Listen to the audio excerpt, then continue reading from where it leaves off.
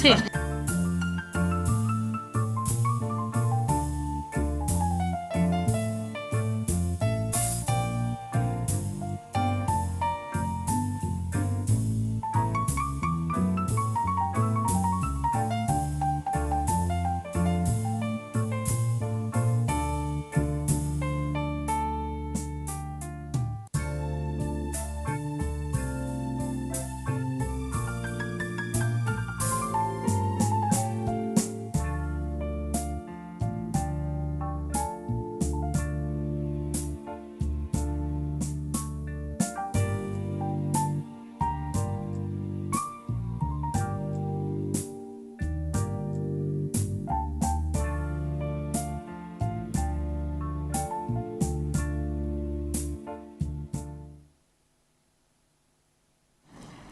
Hola, buenos días. Good morning. I am Paula Ceballos. I am political analyst here in the representation of the European Commission in Spain. I wanted to welcome you and say thank you for coming to this session that we are hosting in our installations of the representations to introduce this final program of Life Excellence. It's a very nice project. It's great, combining very important things for us, for the European Commission. Sustainability of economy, it's at the heart of our society. It's one of the areas that we are acting at a European level. It defines many of the actions and proposals that we are conducting.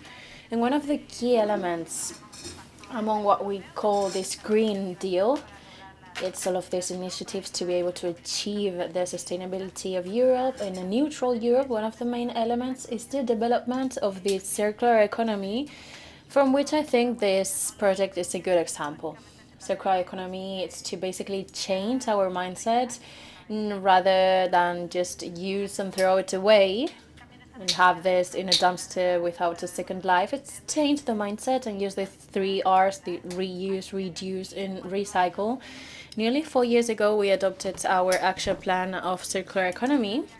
It's an action plan with different initiatives along the life cycle of the products, the consumption goods and purchases. And we want to guarantee to avoid the debris, to try to keep everything in our economy and that we take as less as possible from nature. So I think this project fits very well into these European initiatives. From the European Commission, we believe that this circularity is not only good for nature and the environment, but it is a very nice way to be able to enhance the innovation of our companies, which is full of opportunities for the industry. On the one side, we avoid generating more waste with a second life instead of having all of this in the dumpster. And on the other side, we don't extract raw materials from nature. And lastly, but not less important, the management of waste can be a economical resource for the companies. In this case, the egg producing companies.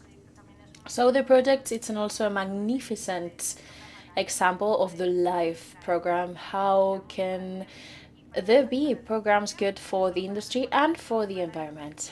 The program LIFE, it's the financing tool of the European Union for the environment and climate action, contributing to the goals of the Green Deal that I mentioned before. Since the year 1992 has co-financed more than 5,000 projects in the European Commission, nearly 1,000 in Spain.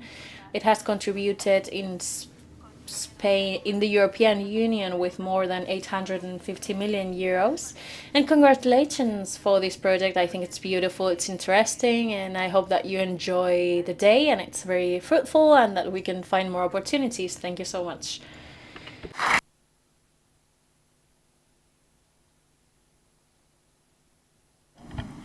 Pues nada, Paula, muchas gracias por... Paula, thank you for the introduction. I am Juan Vicente Bono. I am president of the Association of Research of Industry, Ceramic Industries from Castellón. We are a technological industry. We have a great relation with the ceramics industry. We were born more than 50 years ago. We were first in Valencia and then in the north. So we come from a very powerful sector, a very internationalized sector. We have nearly 130 researchers, 70% are doctorates, professors, PhDs.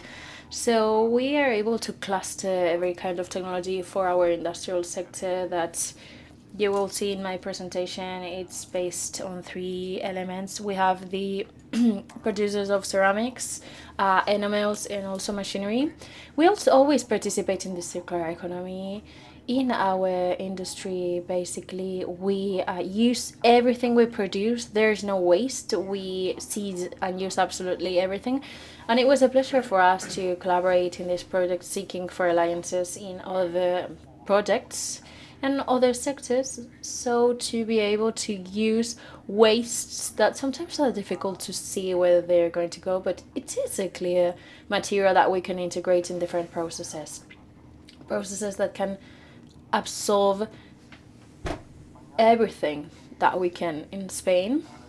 And I want to also share my thankfulness from the Institute, because for us it's very important to have also the machinery, and we have Mainzer here that's working with us, that has developed a technology to be able to separate the shell from the membrane, to reuse all of this waste. So thanks to them, this is a reality, and I want to congratulate all of you for this project that it's about to end. And Doctora Quereda is going to give you more details.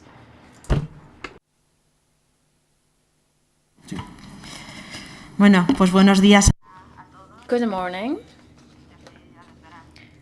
I am Dr. Francisca Quereda, main coordinator of the project, and I'm very excited to be here with you today to have the perfect ending to this project that has made us so happy, and with no bad things, or at least we don't remember any bad thing.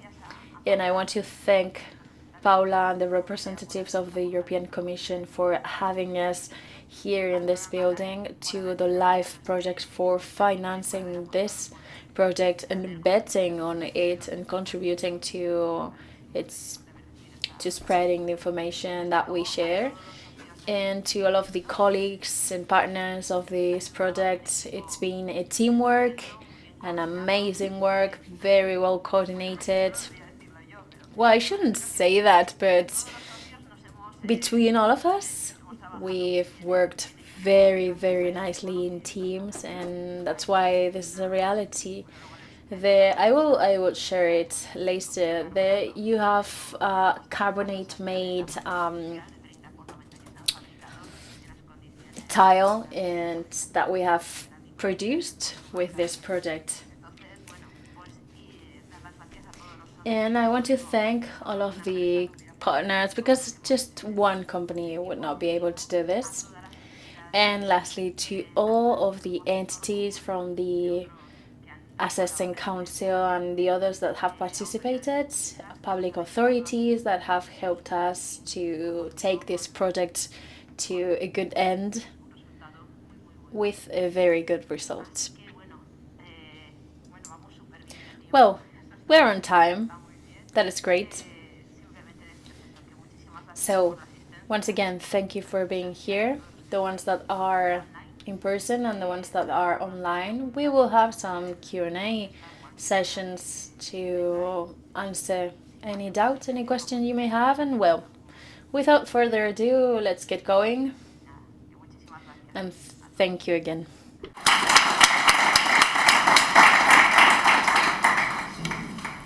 Pues damos paso a la ponencia que nos va.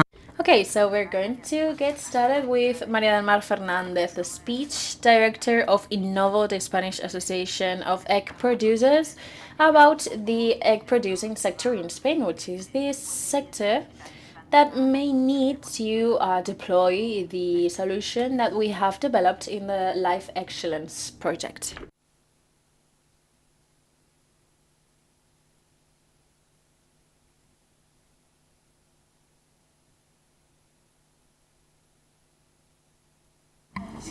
Hola, sí. Muy buenos días a todos y muchas gracias por la invitación. Welcome, everybody. Thank you for the invitation and also congratulations to all the participants. It's a pleasure being here with you today and being able to see first person the results of this collaboration between industries of different kinds to do a circular economy that it's useful for all as users and as producers or involuntarily producers of this subproduct that we have to give it a use, and it's not only something that we have to throw away or send to the dumpster. So as Paqui said, I am Maria del Mar Fernandez, director of Innovo, the Association of Spanish Industries of Egg Producing Industries, and we have a web page if someone wants to know more about us. As a sector in Spain, it is clear that in Spain and in the rest of Europe, it's a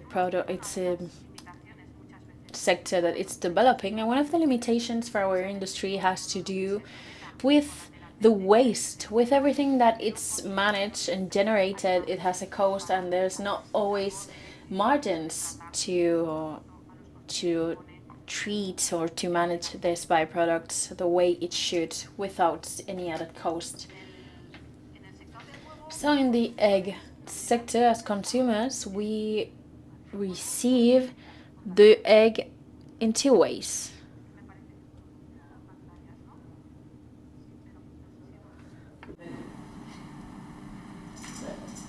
No, el del medio es para pasar.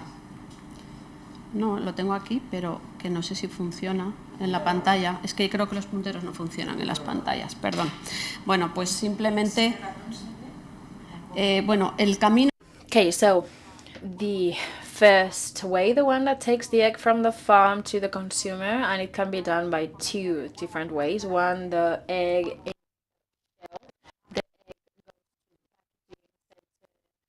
and then they prepare the selection of eggs to take it to the selling area, selling points, or the egg products that come from the farm or from the packaging center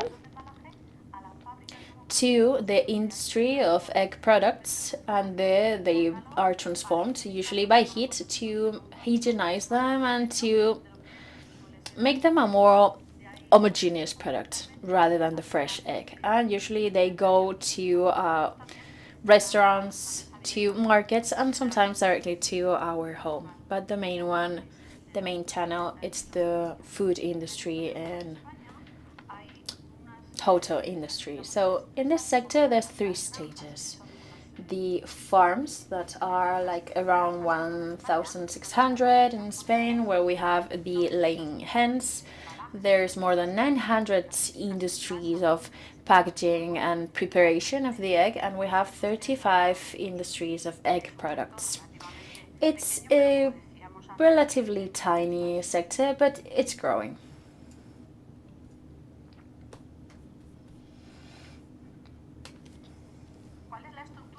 So which is the structure of this sector in Spain? Mainly we have SMEs, which are Spanish companies. There are already three of them, which belong to big chains or big companies that are from other countries, from Portugal, the Netherlands, and Italy.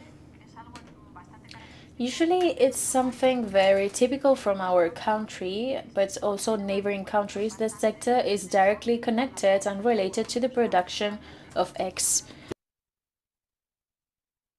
Usually a farm can have next to it a feed industry for the food for hens, or close by the classification industry, and also this egg producing industry. It's valuing this egg because sometimes does not go to the fresh egg because maybe it can be interesting from a demand side, market regulation, to transform it into an egg product. And the farms and the industries are distributed along Spain. So which will be the dimension of egg product in Spain. There's not an official number about the volume of eggs that we transform, and it's calculated around 20% of the egg production, taking in account that we have around 850,000 tons that we produce per year. We would transform around 200,000 per year. This is not a very big number because Spain is not one of the countries in which we have the highest number of transformed eggs compared to others that reach the 35 or 40%. But it is true that we have a dynamic market which is growing, and most of the egg product in Spain is transformed to liquid egg, pasteurized liquid egg, the whole egg or only the yolk or only the whites.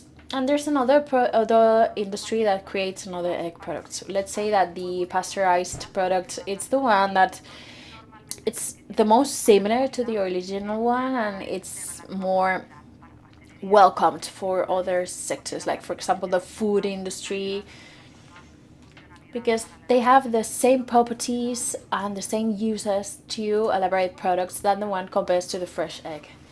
Other egg products would be the powdered egg, dry egg, boiled egg, which is a tiny part of the transformation of the sector. But we also have the already prepared dishes, like for example tortillas or omelets or other dishes that will be already prepared. Like for example the peeled boiled egg, which is a transformed food ready to consume. The main channels, it's the food industry and also the catering industry. And for some years ago, we've already been seeing the egg whites pasteurized, and also in gyms. Places where there's a demand of proteins with no fat in a food that has certain nutritional levels and does not have any calorie. Nuestro sector es un sector claramente exportador. We are an exporting sector. Around 20% of the production goes to other products, mainly from the European Union, and in the case of egg product, we have an exporting market, but in many cases, due to our companies, as we said, that maybe the headquarters are in Portugal, Netherlands, or Italy, they have a lot of volume of egg which is exchanged with these countries. We have a very important number, but the more recent numbers from the year 2023, there was a 43% of the exported products in the shape of an egg product, and this is around 43,000 tons. This means that there's an interesting market, especially addressed to the community market, because if we look at the extra community market, we are just a very tiny proportion. But this has to do with the format too. When you do this pasteurized egg product, the life cycle is shorter compared that if you do this in powder. For example, in powder, the life cycle could be of 2 years.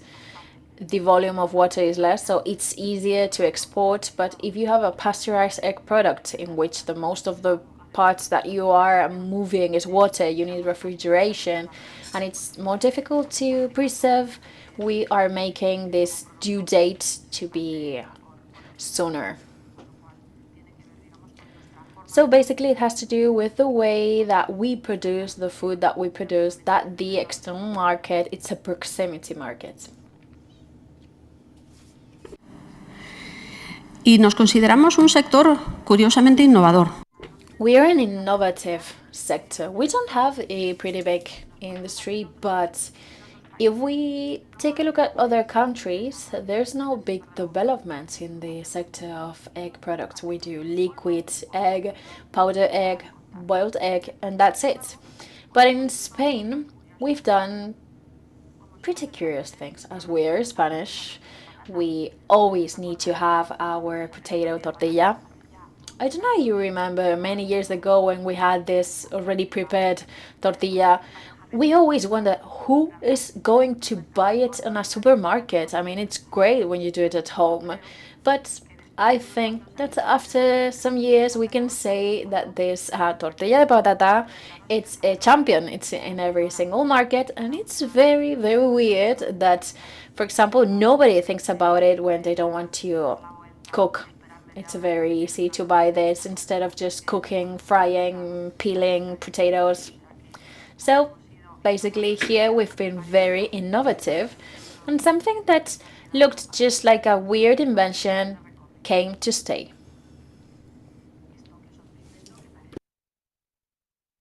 This is another invention, for example, a fried egg, frozen. But it had its public because it entered through the channel of fast food, and there's people that needed to have this egg product with all of these health certifications that could not get frying their egg. For example, fried egg in the catering industry was forbidden.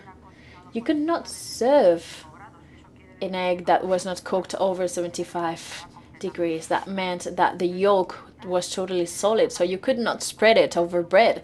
So to have the patent to do a fried egg that you can fry it, and when you just cook it, I don't know if when you try to freeze a yolk and then you cook the yolk, it's like some of gummy thing. This does not stay like that. So this is a whole merit. This was sold through the channel of fast food, especially for hamburger restaurants, and it's been very successful.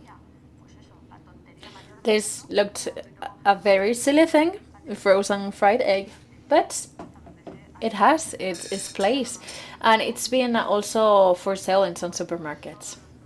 So as I said, every product has its product. It's public. Another stupid thing, to put the egg a scent that should not have, because when we have the egg in our freezer, for example, we always say far from strong smells, because the pores from the shell are able to absorb the smell and the scent from the outside. So basically, using this, that could be a problem. Someone said, okay, but if I put something delicious next to the egg, then it's going to be great. For example, if I put a truffle or ham, blue cheese, or maybe garlic. So this has been a Spanish invention to put some scents and aromas to egg. And these scented eggs were in the market for so many years that we were able to achieve that this in the last revision of the commerce law, we had the eggs. Because we didn't know if they were eggs or just egg products. We had to ask this because in order to do the registration to do this, we need to know what was this. One said it was an egg product, another said that it was a fresh egg. So basically we asked the question to Europe, and the conclusion is that it is a fresh egg. So it has all of the marketing rules and laws of a fresh egg and must have the due date of a fresh egg. But we have to specify that it is a scented egg. Because a few months ago, a weird scented egg was not sold in category A, should have been taken in account as an egg product. So basically we have like reshaped the consideration of the categories of the egg.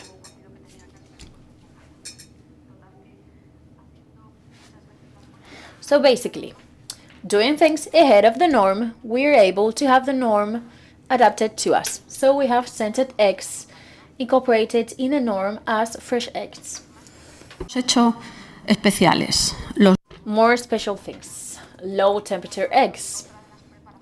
Another of the prepared dishes. This was forbidden also in the catering industry. This low temperature egg could not be used in catering industry because the egg had not been under 75 degrees Celsius. So half of the catering industry could not use it. So if you went to a hotel in the morning and you basically start reviewing and doing some auditings, eggs were everywhere, dry. So basically this low temperature egg, there was a company that with this low temperature were able to warranty all of the necessary health conditions to withdraw any kind of risk of the growth of salmonella. So see how tasty it looks, and this for someone that works in a restaurant is easier to buy rather than just having someone all the time boiling eggs and see if it works or not. So it is another made in Spain egg product which is working and it's in the market. This is another Spanish thing.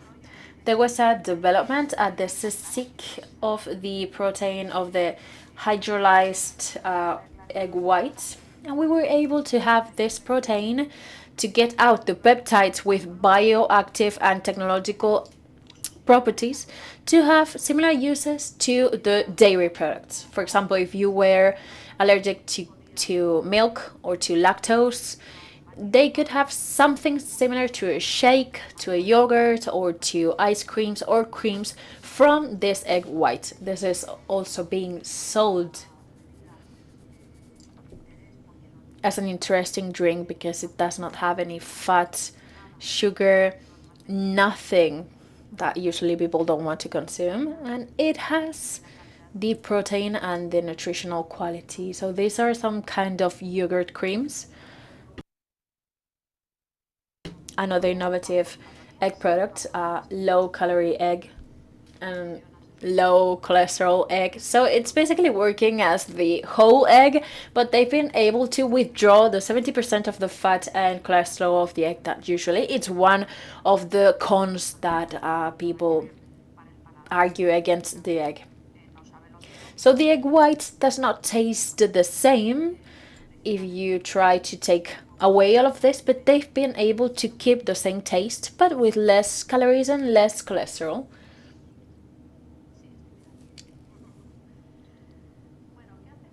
So what do we do with the byproducts? We have the egg shells, we have the wastes of the whites, the shells are around 10%, so we do a calculation from all of the eggs that we use per year. It's a lot of them. We have the technical shell, the technical white, and the pulps that do not comply with the regulations. We have so many of them. Sometimes they go to the dumpsters. They sometimes are used as a resource of calcium, so for acid construction, and we also see there's no uses to reuse the membrane and the shell, for example. Products that we've gotten in Spain, like for example some medicines from the products of the shell.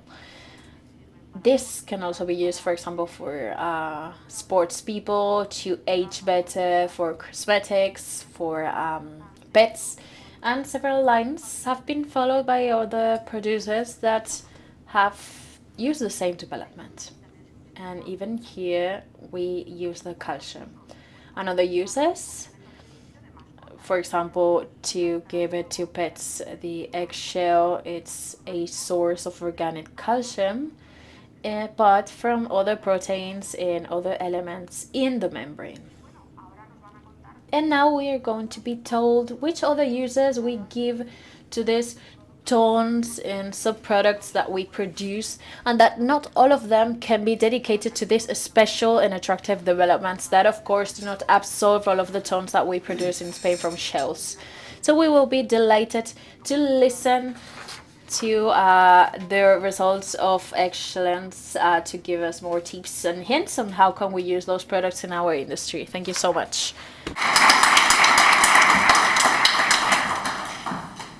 Muchísimas gracias, María del Mar. Thank you very much, María del Mar. And just for sticking to the time, it was a very dynamic presentation, very interesting one also, and it has opened our minds and about the egg producers, their producing sector. We move to the next one, which is online. We have Filippo Zerulli, representative of the European Association of Egg Processors from the EPA. Is he online? He will explain. Hello, Filippo. He will explain the egg producing sector in Europe? Good morning, everybody. Sorry if I'm speaking English instead of Spanish. Well, I will give a short presentation about the European egg sector, starting from the associations. So myself, I'm with our company is member of EPA. EPA is the organization representing the European egg processors. EPA is part of a web, and a web which is representing every European egg producer is based on two, is the umbrella organization for two different associations. One is the one representing egg packers, traders, and egg processors.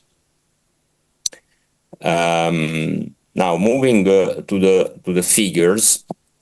In Europe, we have quite an important production of eggs, which is based on nearly 390 million hens. Those hens are producing approximately 7 million tons, so 6 million. Filippo, sorry, the presentation Yes. is not shown. Okay. Do you have the presentation or should I? Okay, now, thank you. Okay. Now so we can see the presentation. You can't or you can? We can. Okay, excellent. Okay. So, as I was explaining, in Europe we have 390 million, nearly 390 million hens, which are producing approximately 6,900,000 tons eggs per year. The usage of those eggs is, in average, 2/3 for consumption eggs, so the ones we buy in supermarkets, and 1/3 of the production is utilized for breaking. We used to have, let's say, in Europe, a self-sufficiency rate of 103-104%. But this self-sufficiency rate was falling down to 100-101% in the last 3 years because of the economic crisis and because of the avian influenza. Beside this, we have imports and exports of eggs. So we are importing approximately 77,000 tons shell egg equivalent and exporting 260,000 tons, always eggshell equivalent. We are net exporters. Europe is traditionally a net exporter of eggs on the international market for approximately 190,000 tons. So in the European Union, we are producing 6.5 million tons of eggs. And those eggs are produced by more than 1 million farms. So we have officially 1,181,000 farms. The employment counts 180,000 persons, of which 100,000 indirect through suppliers, and 78,000 persons directly employed by the farms. The value produced is quite important, because we are producing 7 billion and 600 million euro at farm prices, and at retail prices we are over 20 billion euro. Moving to the market and to the systems, we have the cage-free, which is growing in Europe. Now cage systems represent less than 50%. We are at exactly at below 40%, slightly below 40%. When we have an important share of barn eggs, which is 37%, organic represent 7%, and free range 15%. This trend was slowing down in the last 2-3 years, for the same reason why we were losing production, and this is basically because of the economic recession, which is a little bit refraining consumers and from spending too much money on food.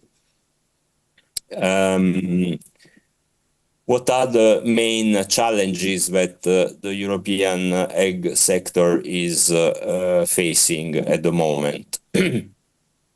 Allora, first of all, the cage-free discussion,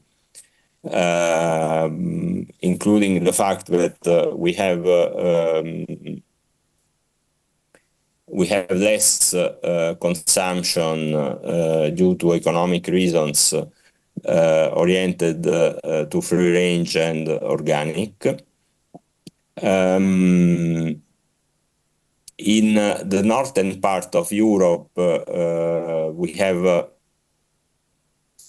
practically no cage production left, while in the southern part of Europe, the transition between cage to cage-free is progressing much slower, at a slower pace. In Eastern Europe, the Eastern Europe countries are more price-oriented, and so we still find quite an important share of cage production. In terms of animal health, the main challenge is represented by avian influenza, which is a really strong threat. The avian influenza, that in the past was mainly related to migration of wild birds, now has become endemic in Europe. And this means that we have avian influenza virus present and active almost in each season of the year. We had in the last 4 or 5 years a very large quantity of birds which have been cooled or died because of avian influenza, and there is an important discussion about vaccination, which is now active only in France on ducks. In the rest of Europe, we still have discussions, but nothing in place at the moment. Another quite important discussion is related to the male chicks, and the idea to stop the cooling of one-day male chicks, utilizing in novo sexing techniques or other possibilities. Moving to the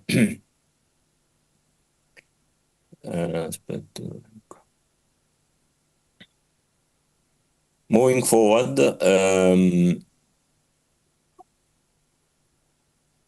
we can maybe describe what we do with the eggs. So as we said, 2/3 of the eggs are utilized for fresh consumption, while 1/3 is utilized in egg breakeries to produce egg products.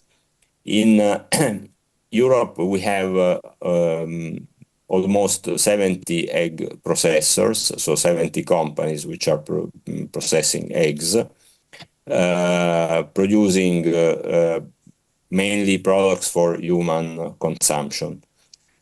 The processing is concerning 2.5 million tons of eggs per year. Imports are coming from out of Europe, and imports can include both eggs and eggs products, which are eventually further processed in European Union to be re-exported, and this is what is called inward processing. In the production of egg products, we can produce basically 3 types of products, which are liquid, egg products in powder, or egg products in crystal. And we can produce whole egg, which is based on the mixture of the egg white and yolk, or only yolk, or only egg white, albumin, and extract the lysozyme.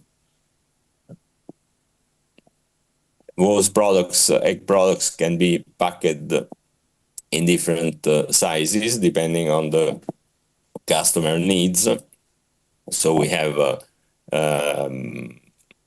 large quantities which are delivered in bulk, or we have containers and bagging box between 10 and 1,000 kilos, or small packs between 1 and 10 kilos, which are the ones that eventually you can find even in supermarkets.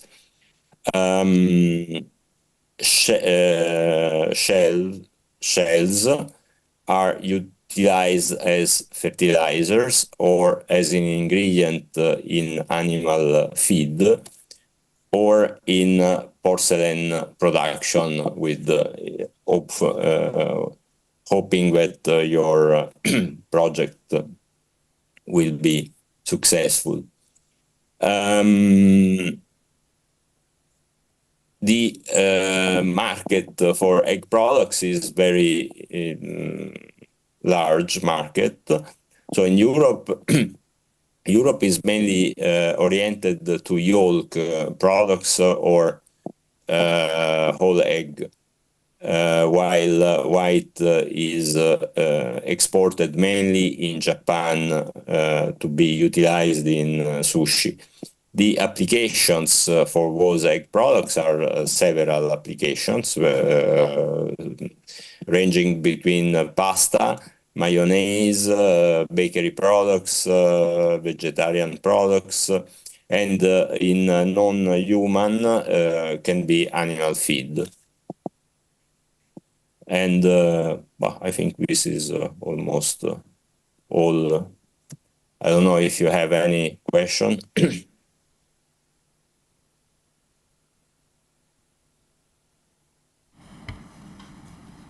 I think that there is not any question now. Thank you so much, Filippo, for your clear introduction to the egg processing sector in Europe.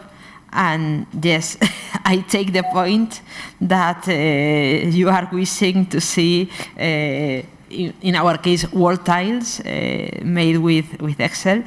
I can send you, I will ask later for your address to send some wall tiles made with Excel waste in Spain. Great.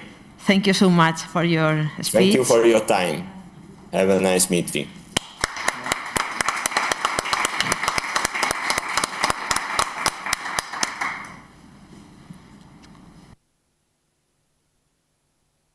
Bueno, y para cerrar este broche sobre el sector. Well, just to conclude with this egg producing sector, we have the presentation from Jorge Galarza from Ingeniería Avícola, and also these they will talk about these sandwich products and the sustainability of the egg product.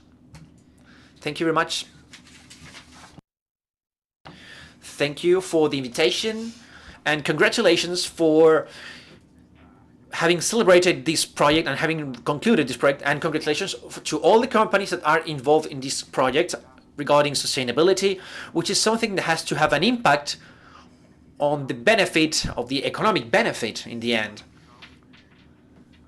I'm Jorge Galarza from Ingeniería Avícola, which is a company that has devoted itself to farm producing, installations, facilities for egg production, for poultry production, farms, egg products, and revalorization of sandwich products. When I hear about sustainability, I never talked about sustainability, or I have always heard about sustainability. I have never discussed about the definition of sustainability. But when you see this concept, this definition, you say, okay, I have always been discussing about sustainability. We have all been discussing about sustainability. How does this work?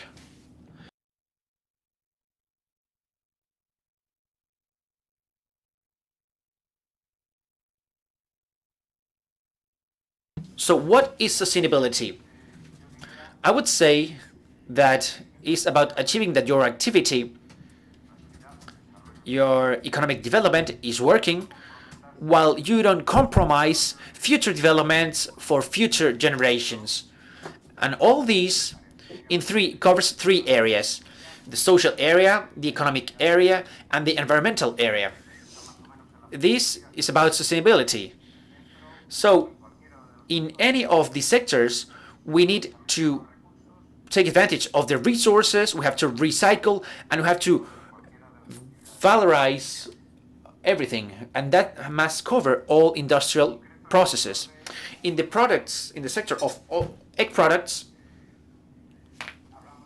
we first talk about profiting or just taking advantage of the resources we have. The first one is water, and it is related with how we treat wasted. We will talk about that later. So to take advantage of the water, if there was any excess water, but to take advantage of water in the pasteurization process, in a pasteurization plant, we need to clean the water, we need to push water.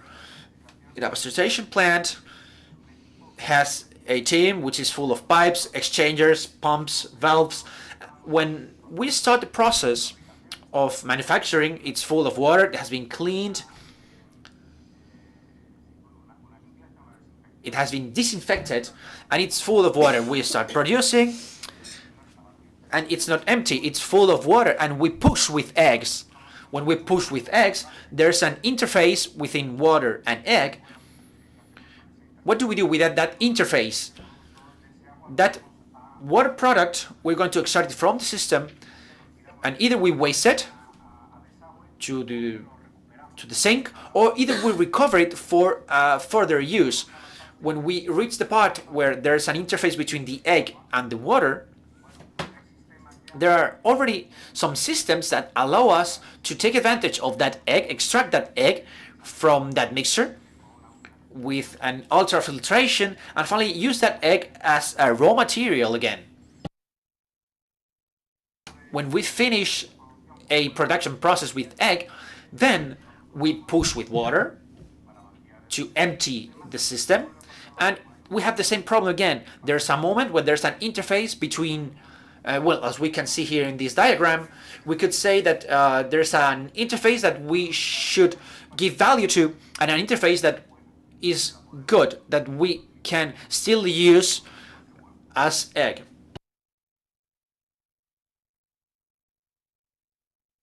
That water can be recovered, all those waters can be recovered, and they can be used to the cleaning of floors of the factory, for instance.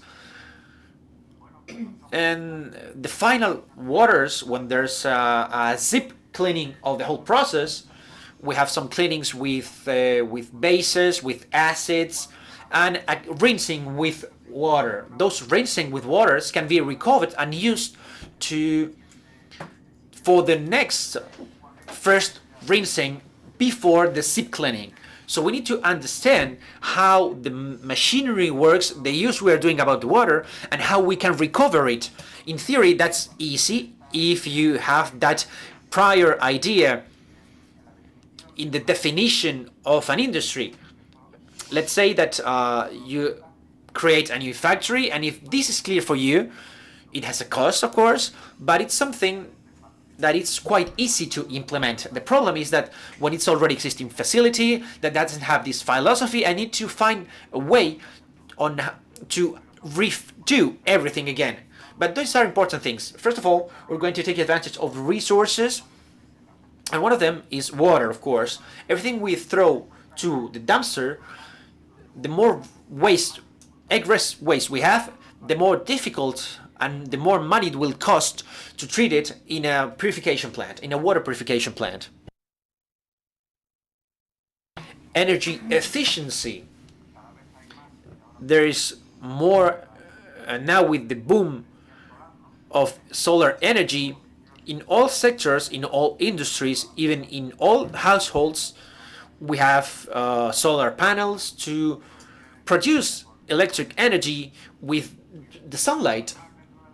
And within the facility itself, we have energy consumption, either electricity or thermal consumption, either electricity to pump motors or thermal to heat up the facility. We need to cool down also, that also requires energy. And in all those spots where we can recover energy, that we will in that sense we will be working for sustainability.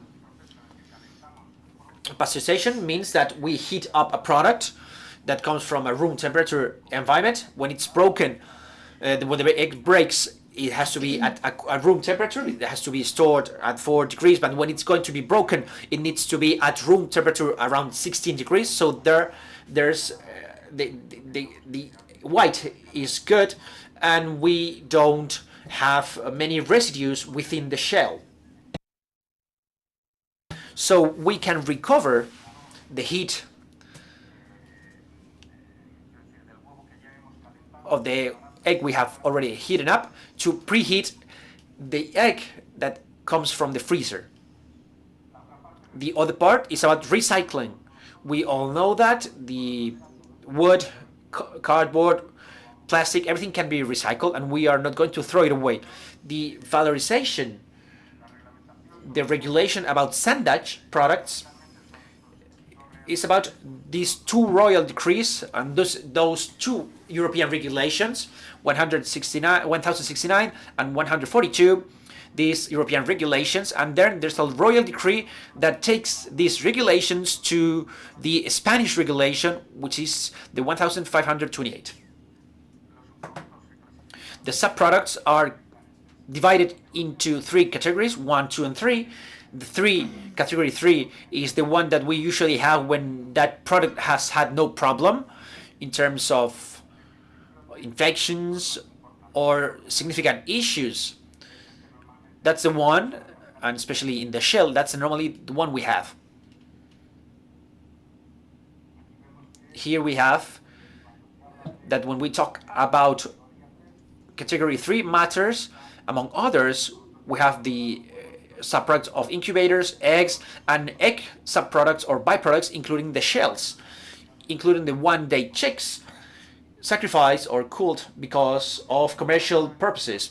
Just to summarize the regulation, considering the use that we can have, first we have to pay attention to the Spanish regulation, which is the 1528, which says that there are some specific things for the eggshell, but in the prior part of the article, it talks about all the uses that the European regulation allows, and apart from that, we have all these. So it adds more to the European regulation. It's mainly feed for or fodder for animals and other uses set by the authorities, and that allows the Spanish authorities to give other uses, the ones that we can have here, and all that regulation is articulated within these articles, within the article 142.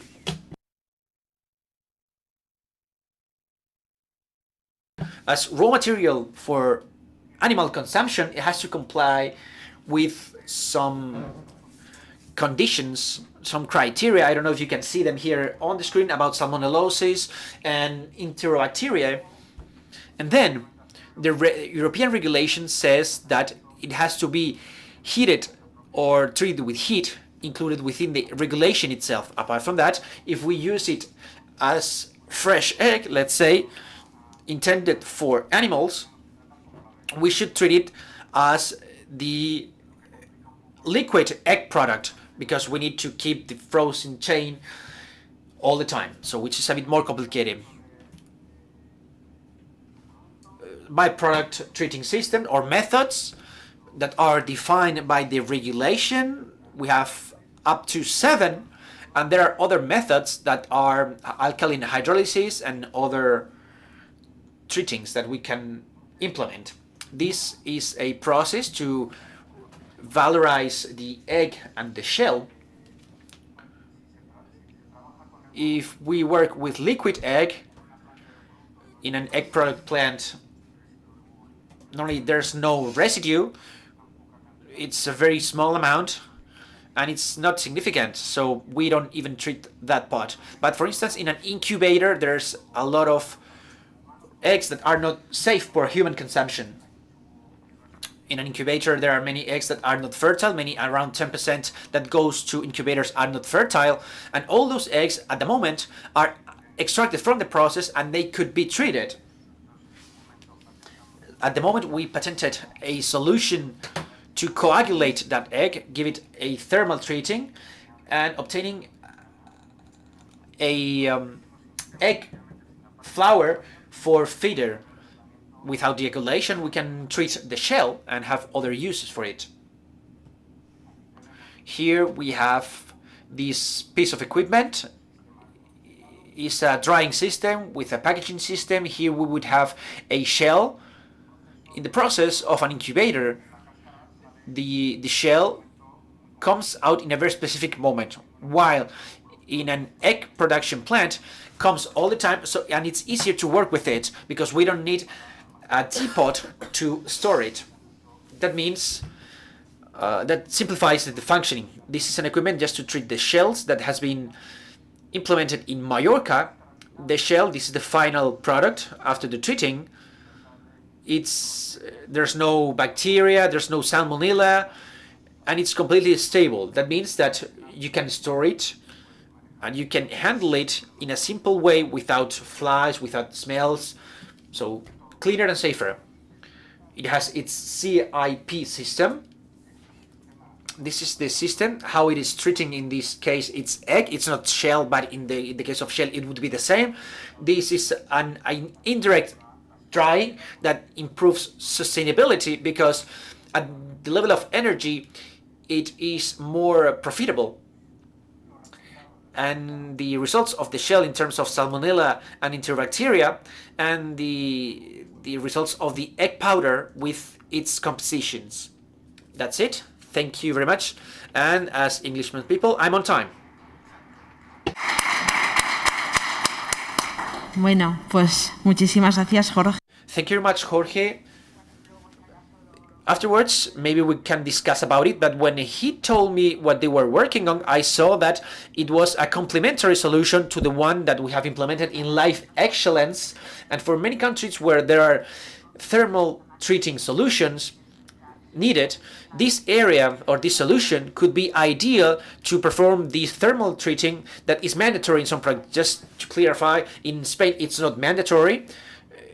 It has to be confirmed by the relevant authorities, but I don't want to take longer on that because I will talk about that later in the presentation of the project. But for other countries, this could be very interesting. So, just as with a British punctuality, we will have the coffee break right now, and we will be back in half an hour at 12:30.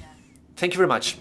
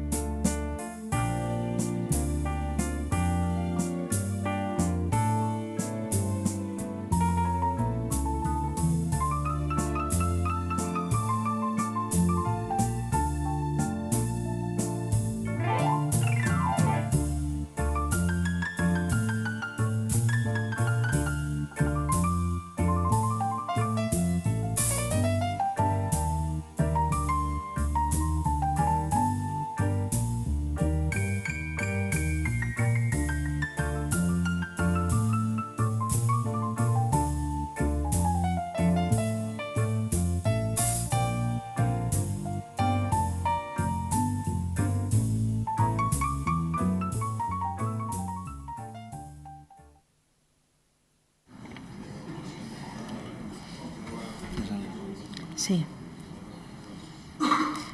Bueno, pues te presento. Sí, no, ya está. Vale. Bueno, pues retomamos la jornada. Toda la primera. So the first part was dedicated to the egg producers sector, and now this part is going to be dedicated to the ceramic sector, another solution that we explored in other project. So first of all, we are going to have the first presentation of the ceramic sector with Juan Vicente Bono, president of the Association of Industry Ceramic Researchers. Good afternoon or good morning. Uno saluda.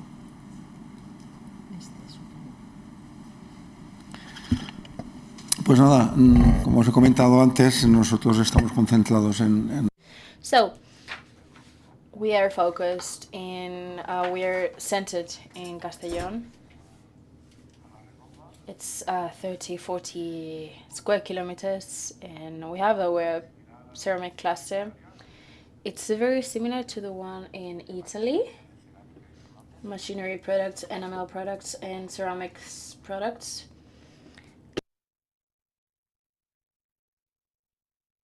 So, our cluster, well, basically you see Spain, you see the Valencian community, and this tiny triangle in Castellón. Many people know us now because they are football fans. We have the Villarreal Club de Football, which is world known. Well, this year is not very nice to us, but people know our football team. We have two headquarters. One it's where we were born and where we started, which is in the University Jaume I of Castellón. And a big building that it's a bit crowded now. That's why we built a second headquarters.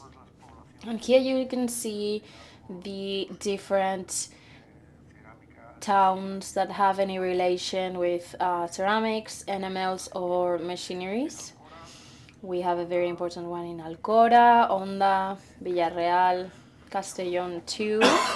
But bit by bit, to needs of the territory, you know that Castellón is a very tiny province.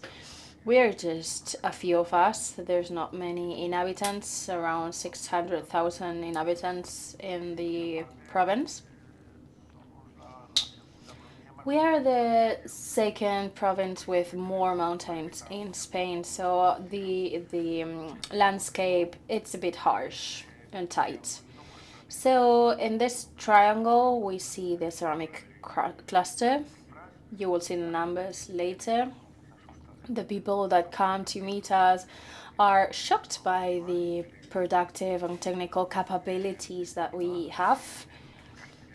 In Castellón and in Almanzora, we have the two headquarters where we deliver services to all of our customers. The interesting thing from our institutes compared to other technological institutes is most of the money that comes, it's invested in Castellón, in the Valencian community, because we are concentrated there. We do projects like this for foreigner countries, but this, it's always coming back. It's a good return for our economy. So as I mentioned, the cluster, it's mainly conformed by three associations. The ones that do floor tiles, ceramic floor tiles. So ceramics is a difficult issue for us. It's a trendy product, but it's basically lasts forever. But people would change it every single year, because when you go to international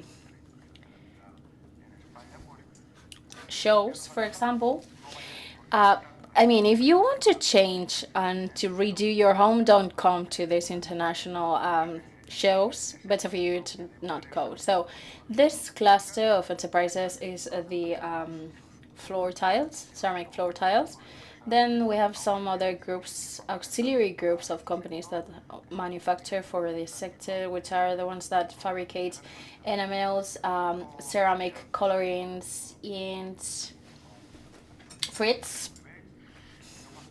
And you also have the producers of machinery, technologies, and common goods and equipments for the industries that manufacture the ceramics and the tiles. As you see, the tile company, it's around 119 companies. Many of them are governed by investment funds, great groups, and the trend, it's a long term, is to reduce the number of companies, but with a bigger dimension. We have employed around 17,000 people, and when it comes to sales and revenue, it's around 5.5 million euro with a exports of nearly an 80%. We're talking about 4.2 million to 190 countries. It's the second sector that generates the most important richness in the community, Valencian community. The second one, it's the enamel and frit. It's less companies, but the companies are bigger. They have in payroll vendors around 4,000, a payroll which is quite important, and revenue around 1.8 million. And these companies are multinational. They are global leaders. They have headquarters everywhere in Egypt, Mexico, Brazil, India, China, and they are the ones that have the technology and the know-how of the design and everything. So from our technological institute, we have helped them in every moment we could. And some of these companies came from our institute. So this is our input to this sector. And then the machinery sector. I come from this sector. I've been president of machinery and ceramics sector for 16 years, and now I'm the president of this institute. Such is life. So we're 49 companies, nearly 1,800 direct payroll vendors. The invoicing is a bit more moderated, and the exports are also smaller because we have this workload in Castellón where we have our companies. We're exporting more. We are diversifying more to other sectors, not only to ceramics, and the competitive advantage. We are a couple companies, and we are global leaders in inkjet technology. An entrepreneur, which is also our friend,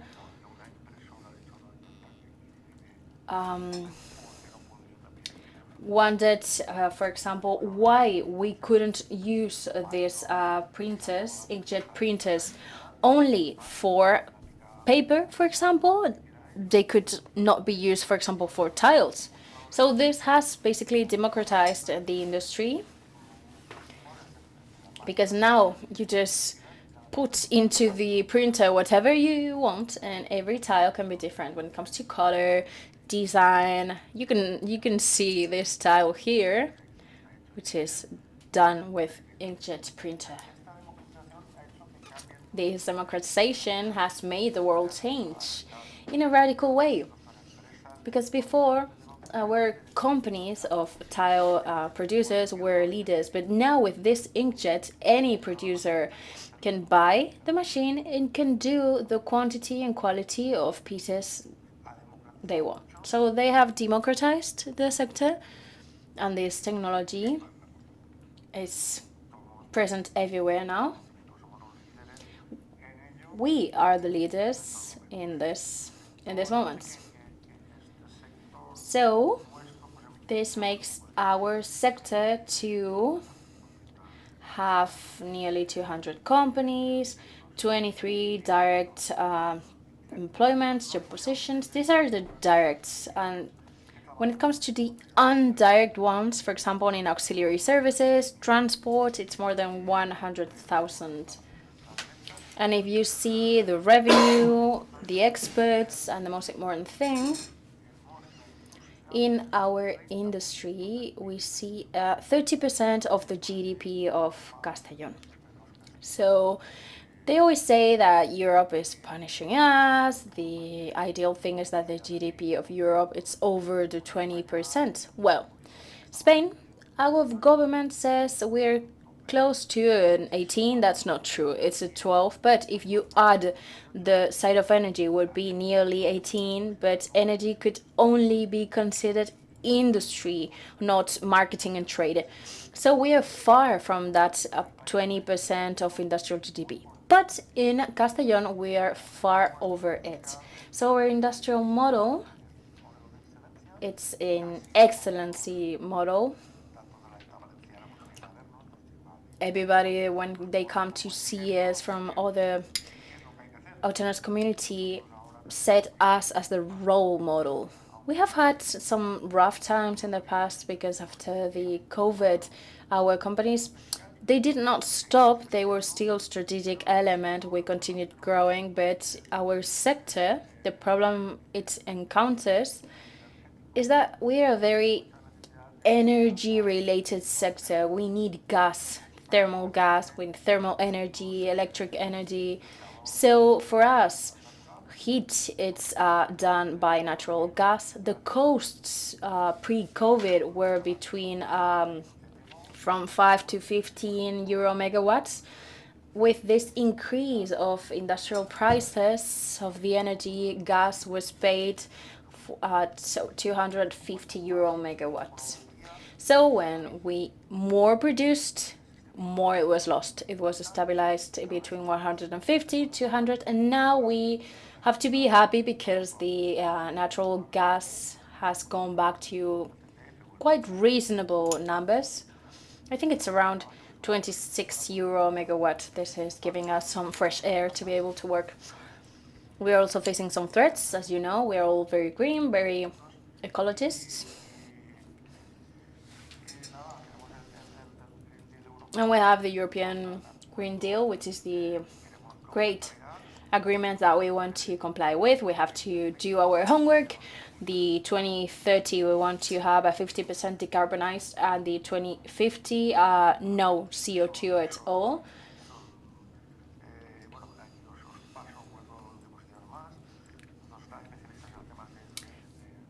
We are specialists in raw materials, great consumers of water, but we reuse the water we use, the natural gas, the waste that we reuse and we profit from. We have some water vapor that's from the atomized side, the CO2 that we launch to the atmosphere, because we are very CO2 intensive. We will see if we can change that. We see here the square meters in Italy. We have overcome the Italians. We are leaders in technology already, maybe a bit far from what China can do, but as Europeans, it's fine. And here you can see the numbers of the industrial GDP. We represent the 20% of the GDP, which is quite high, and more than a 23, because in the year 2023, maybe it had dropped a little bit. We have some different associations, schools of engineers, the University Jaume I, all of these institutions is that the ceramic cluster that has, it has no comparison at all. I invite you to come and visit it so that to see that our sector is going to continue.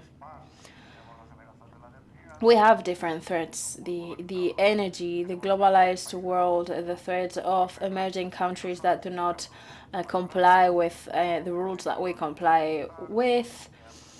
For example, Algeria, we cannot sell there due to political elements. We have been suffering many of this.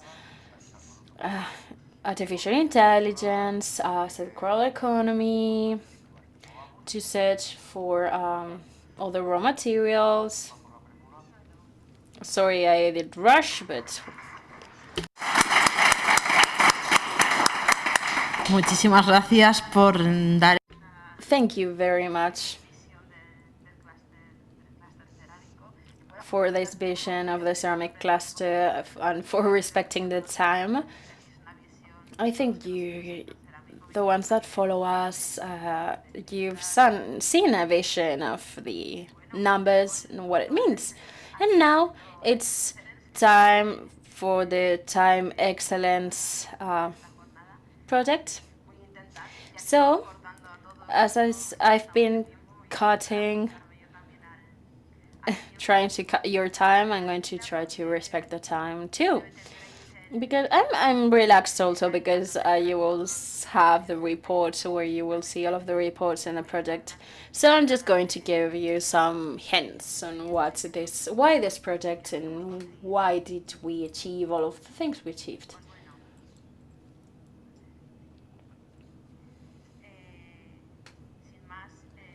So, as I said before, we are going to see the results of the Life Excellence projects.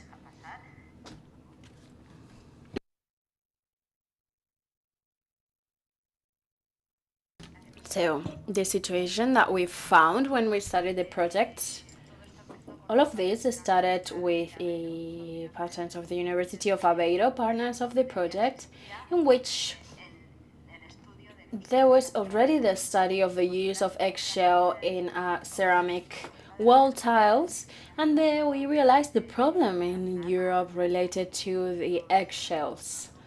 Here you can see the numbers of the shells that are generated, and I've seen that it's even more than the one that we had estimated. This was what we had estimated at the beginning. In Europe, more than 150,000 tons. In Spain, more than 16. But well, after what you mentioned at the beginning, it's even more. And with transport and freight costs and management costs, that in Spain it's between 25 and even 200 euro per ton of managing the waste. So this encouraged us, and also the idea that in Portugal they are also finding this as a problem. So this encouraged us to request for this project, and thanks to the financing of the European Commission, we were able to carry out this. So it's to try to give a solution of the egg producer companies, not a very high added value solutions, but if at least they can stop seeing this as a cost due to the problematic of waste management, then this is our main goal, and we will be happy to achieve it. Here you can see an image of this container. It's a very famous image. This is a container that is filled basically every single day, and it is a problem due to the smell and also the problem of managing all of this waste. So here's when we started the project. We were seeking a solution. We had the patent of the University of Aveiro, and it's not very well seen. When we see the this is the image of a fragment of the shell. This is an image of the section. You can see the shell, some columns of calcium carbonate, and a membrane which is sticked to the surface, which is the dark side.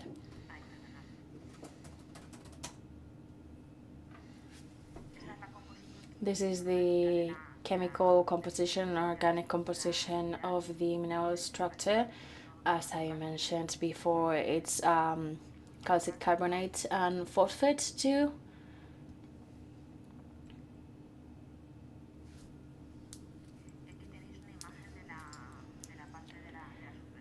And here you can see the surface, the part of the membrane. As we mentioned before, it's collagen fibers and other proteins that, as we will see later, can have different applications in other sectors. Pues bueno, la solución que hemos planteado en el proyecto Life Excellence es valorizar. So the solution for the EGGSHELLENCE project is to enhance the use of shells for the manufacturing of ceramic tiles. And why does this make sense? And that's why in the presentation in the Ceramic Institute we put some numbers, because the ceramic producers consume so much calcium carbonate that they can cover basically in Spain and in Europe all of the shells wasted in Europe, Portugal, and basically in the whole Europe. Only in Castellón they are consuming 150,000 tons of carbonate calcic, and even more in Portugal. So everything that it's being generated in Europe can be absorbed just with the ceramic sector in Castellón and Portugal. So the Life Excellence project wants to use this symbiosis and to have a circular economy with the egg producers and ceramic producers, to try to avoid that maybe in a year we are able to enhance this and we're able to retrieve or to use more than 10,000 tons of shell, and that we can have more companies in the future. And this way we are contributing to many of the SDGs of the UN.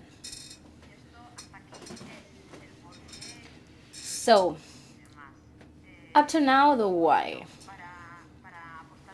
And to bet on the solutions, to have this shell waste that could be used in the manufacturing of ceramic tiles. That's why we basically came with the idea of the EGGSHELLENCE project. Here you can see the partners of the project. They're all here. We still have a month to go for this project, as I mentioned before. And apart from ITC, we have the Euroatomizado group, which is the ceramic manufacturer company leader in Castellón and end user of the shell in this project. The Moda project in Portugal, leader in ceramic compositions and also consumer of shells and calcium carbonates. The Universidad de Aveiro, as I mentioned before, and Mainzer. Without them, the project would not exist, because they built the machine, and also Agotzaina, because they have tried the machine, they have given us the carbonate for all of the tests, and now they have the problem to find solutions for this biocarbonate. Y bueno, pues, ¿qué hemos hecho? Pues para el sector cerámico la membrana es un problema, aunque... So, for this sector, the membrane is a problem. So, for ceramics, everything that is organic is a problem. So, the first thing we needed is to build something that allowed us to separate the membrane from the shell. This is a scheme of the prototype that after a year of different tests in lab and different pilot tests to define how we were going to carry this out, we defined this machine that separates the membrane from the shell, as you can see in the image. Here you have an image again of an electronic microscope of the different fragments coming out from this process of the machine of Agotzaina, and the same one after leaving the machine. So basically the adhered membrane, it's nearly non-existent. And here you have an image so you can see the real size of the machine during a monitoring visit. This machine was already built to be able to process the quantity that it is generated of 10 tons per year, which is the container that we saw a few slides ago.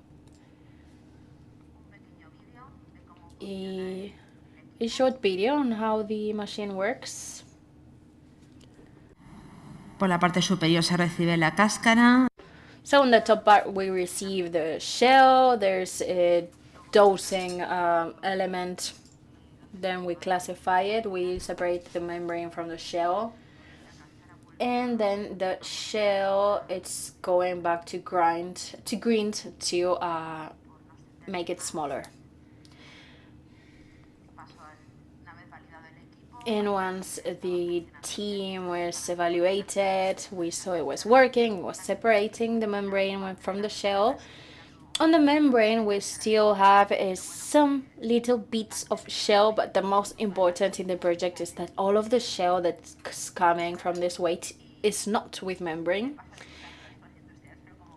And as you understand, between the machine and the industrial test, there's been many lab tests in Castellón, in Portugal, pilot tests, and finally 4,000 square meters of tiles. Afterwards, this is an example. We were able to produce bigger pieces of ceramics, including this calcium carbonate being substituted by the mineral carbonates and through a different process.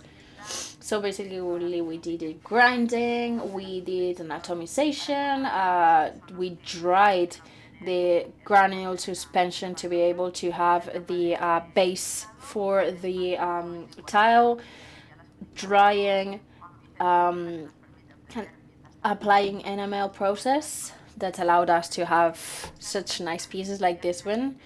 And finally, the decoration and the firing. So this is one of the tiles. It's 30 plus 90. It's not one of the biggest, but it's a representative number. It's been processed without doing any modification along the cycle of manufacturing. That means we didn't have to modify any variable of the process. And between one tests and the others, between Spain and Portugal, all of the compositions had nearly between 5 or 7% of biocarbonates.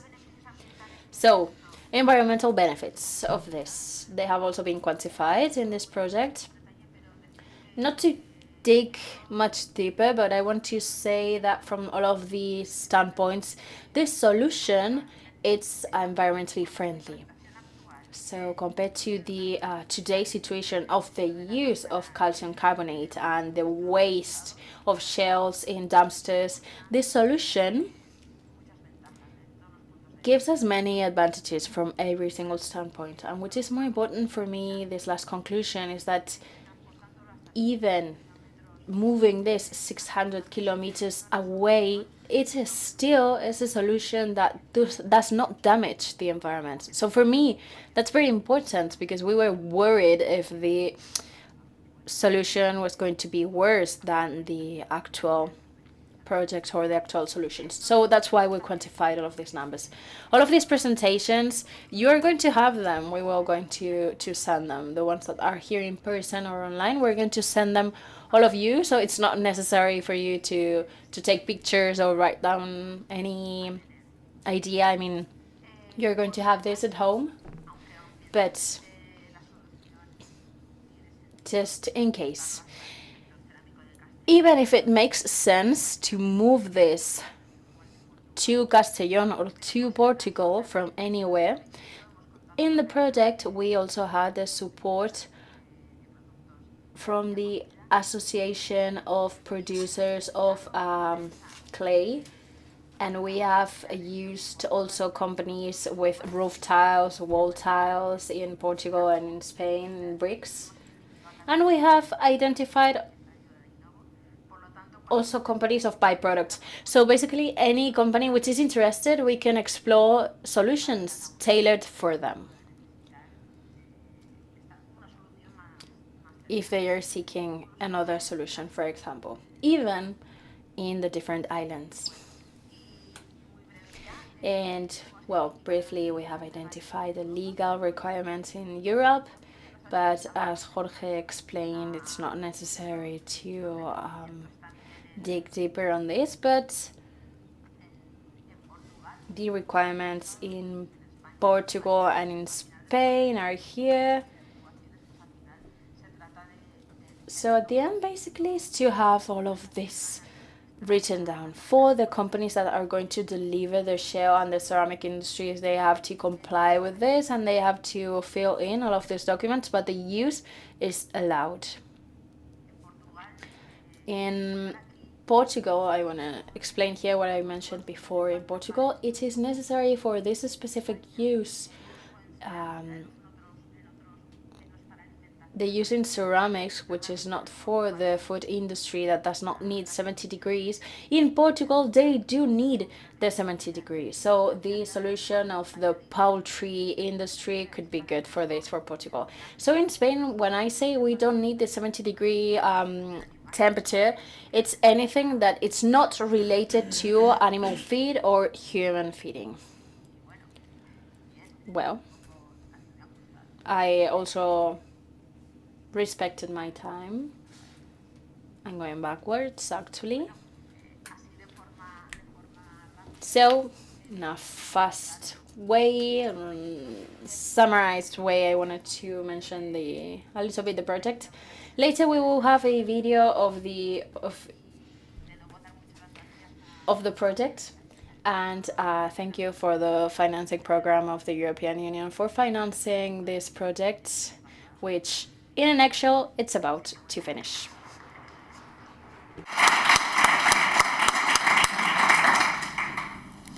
Y doy paso a la siguiente. I give the floor to the next speaker, which is another party of another partner of our association, let's say, which also works with these kind of byproducts, which is the Francisca Aran, coordinator of R&D in the Technical Center of Footwear, in SCOP in Spanish, which is a great addition to this to this day. First of all, thank you for the invitation for this magnificent event and giving us the opportunity of telling one of the projects we are developing at the moment in collaboration with the ITC. The Global project is, let's say, a broader project with EGGSHELLENCE project. For those of you who don't know us, INSCOP is one of the technological centers in the community of Valencia, one of the oldest one, even at a national level, and we are focused on the footwear sector and its whole value chain, including raw materials, components, shoemakers, waste managers, etc. As you can guess, our mission is to support our sector, of course, and to generate knowledge and services that help them to face the challenges that they face at every given time. And as many other sectors, at the moment, it's about the transition, the green transition and digital transition to reach the climate goals imposed by Europe for 2050. And one of the objectives to reach that decarbonization is the use of raw materials that come from renewable sources. And this is one of the connection points with the egg waste. How is the project of Oval born? One of the important actions within the LIFE project is networking. That's clear. And like about 2021, in 2021, Paki and myself found ourselves in a networking event organized by the Network of Technological Institute of the Community of Valencia for the presentation of the summoning of that year to present the ongoing projects. Paki presented the Live Excellence project, and she said that one of the byproducts left from the process they made was precisely that membrane, that protein membrane. And I was presenting the Live project of my Proval, which intends to recover the proteins with high value from different animal byproducts, either category 2, and category 3. Soon there was a crash between us, we defined the synergies between both projects, and from there we got the Ovoval project, which intends to give value to the broken eggs waste. It's a regional project led by Inescop, where we also have ITC participating, and we also have the Valencian Poultry Association.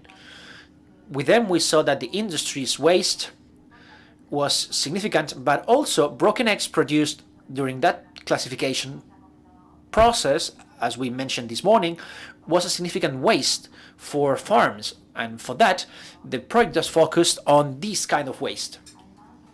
Then we also had the collaboration among the partners of La Unión, which is the Valencian Association of Farmers and Livestockers that are in charge of validating one of the projects that were developed under this project.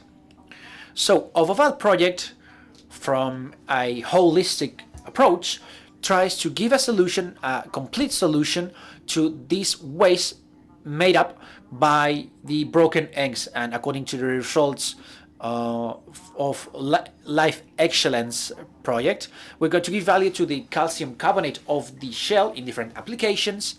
Oh, it skips forward itself, either in the manufacturing of tiles, as Paki mentioned, but also it can be used as a mineral charge for other materials like plastics or rubber materials that can be used in shoemaking, for instance, in soles. Then we're going to give value to the protein part through different applications where we can perform protein hydrolyzations that can be used either in the tanning industry and the bio-based stimulant part. In terms of recovering proteins, and according to results from the Life by Proval, this recovery or retrieval can be done through a enzymatic hydrolysis that allows us to recover the protein, and in different degrees of protein hydrolyzation, depending on the process, we can obtain a wide range of products that can adapt or can suit the needs of the applications that we are considering at every given moment. In a nutshell, the considerations that we have considered within the Proval project, we have calcium carbonate that can be used as a reinforcing burden or filling burden in materials used in soles of shoes, even rubbers, vulcanized or thermoplastic, PVC, or it can be used either to produce paints, adhesives, etc., and delivering very good results. In the case of the protein part, one of the applications that has been validated or under evaluation, let's say, is the use of these biopolymers, protein biopolymers, as retanning agents in the industry of the tanning industry. This retanning agent has the role of filling gaps within the leather and to improve the properties and mechanical properties and aesthetical properties of leather. And as you can see, the biopolymers obtained by broken eggs offer good results in terms of improvement of mechanical properties of the leathering, and can be compared to the ones we have now that have a synthetic origins. The benefits of this kind of products, we can say that one of the main environmental benefits is that it allows us to reduce the environmental impact of the tanning up to 3 times, which is a significant reduction. Another application that is under study right now is the use of this protein hydrolyzed as biostimulant based on free amino acids, which is quite interesting at the level of Europe as an alternative to replace fertilizers from mineral origin which contain which have a high environmental impact. Just very briefly, you can see the figures that the use of this kind of biostimulant can improve up to 35% the germination of seeds in Petri plates. In this case, they were lettuce seeds or seedlings. And now we are conducting the trials on the field with cultures of coleslaw. And as we can see, the use of these biostimulants has increased up to 30% the leaves of these plants, the term defined by this refraction index. Another effects on the plant will be assessed as time goes by. And that's it. As a summary, we can say that the OVOVAL project, or the valorization of this kind of waste, can contribute to complete enhance or exploit of this kind of waste, improving also circular economy in our region, our territory, as well as at an European level. And all this is based on industrial symbiosis, in our case, between strategic sectors in the community of Valencia, as the primary sector, that is farming, the ceramic sector, and the sugar sector. And that's it. Thank you for your time and for your attention. Muchísimas gracias, Paqui, por esta. Thank you, Paqui, for this presentation. I think it's the greatest closing for this day, because you are always asking, what about the membrane? Well, you can hear now all the solutions that we are studying for the membrane, apart from the ones that you already mentioned in the previous presentations. I think that among all of us, we can find a circular solution to all the waste that is being generated by the egg producing sectors. We have a video, the video of the project, which is, it's not completely done, but you can show, let's say, a trailer. It just have a couple of minor tweaks to do, but we'll play the video and then we will summarize what we have been discussing during the day, just to wrap up. La amenaza de un cambio climático es un hecho fáctico al que hay que hacer frente con urgencia. Para luchar contra este fenómeno se requiere un esfuerzo colectivo y la adopción de prácticas sostenibles en todos los aspectos de nuestras vidas, desde cómo vivimos hasta cómo hacemos negocios. El proyecto Life Excellence, financiado por la Comisión Europea a través del programa LIFE, promueve la sostenibilidad y la conservación del medio ambiente. Es una iniciativa innovadora que pretende reducir la huella de carbono. Wants to reduce the carbon dioxide and to enhance the circular economy between two important industries like the food industry and ceramic industries, especially the one dedicated to producing eggs and managing eggs. So how do we get this industrial symbiosis? We estimate that the transforming industries of eggs in Europe generates per year 150,000 tons of eggshell. It's a waste that usually ends up in dumpsters. Through this project, we have achieved to reuse and enhance the waste of eggshell to be able to incorporate the calcium carbonate, the main component of the shell, to different ceramic compositions and not to have to extract them from nature. This way, we are able to withdraw waste that are going to be seized by the ceramic industry to do tiles. So we put into value a waste that allows us to create new products. We see how this project that has been developing for 5 years already, with the coordination with the ITC and the participation of the University of Aveiro and also companies from the ceramic sector and food sector, achieves to enhance the circular economy, allowing the industrial symbiosis with two different sectors like the ones of ceramics and the transforming egg product industries. To achieve the success of the project, it's been key to produce this machine developed by the machinery company Mainzer, which is able to separate the membrane from the eggshell so that the bicarbonate that we get from this has a low content of organic components. This has been possible, and it's already working in a China company, where we get the calcium carbonates dedicated to the ceramic manufacturing industries. This machine has two systems: one of grinding to be able to separate the membrane from the shell, and another one that filters to separate both elements. The EGGSHELLENCE project is a very important step forwards a more sustainable future, demonstrating that the circular economy can be implemented in practice and generates benefits for the environment and for the companies participating on it.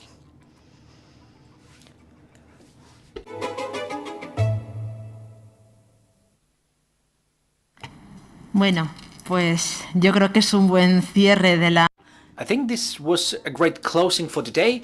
I just wanted to clarify a couple of things from each presentation, because I think it has been a very proper sequence to understand the problem that we face. I will keep a phrase from Paula Ceballo about the relevance of circular economy in the European Union. Since from ITC we're trying to boost that circular economy in the ceramic sector.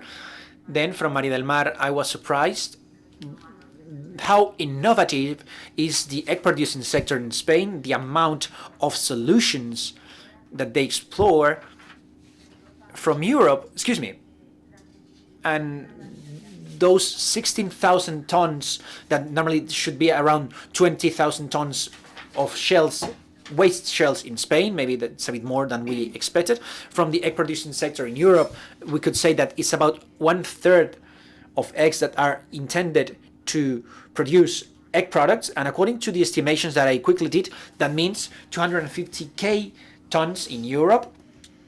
And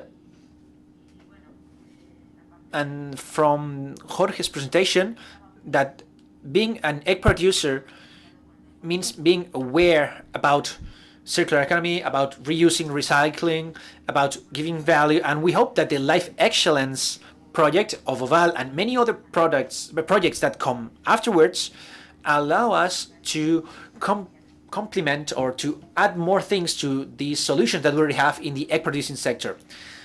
Then after the break, from the presentation of San Juan Vicente, just to mention that we don't only have the ceramic support, but also the enamel has also calcium carbonate. So maybe the solution would be interesting for both manufacturing the tiles and the enamels, which, as you can see, is a very important sector in Spain and in that specific region of Spain. And from Oval, that's a perfect solution, the perfect friend for Life Excellence project, because it allows to close the circle. Also, I just wanted to show you that apart from the tiles, we have found a solution for the clay sector. These are small bricks using this bicarbonate from the shells. So as I said before, there are closer solutions. We are still thinking that the solution in the ceramic sector will provide an added value, but this solution is completely feasible. These bricks are fired with this calcium carbonate and there has been no problem. I think this is a good summary of the day.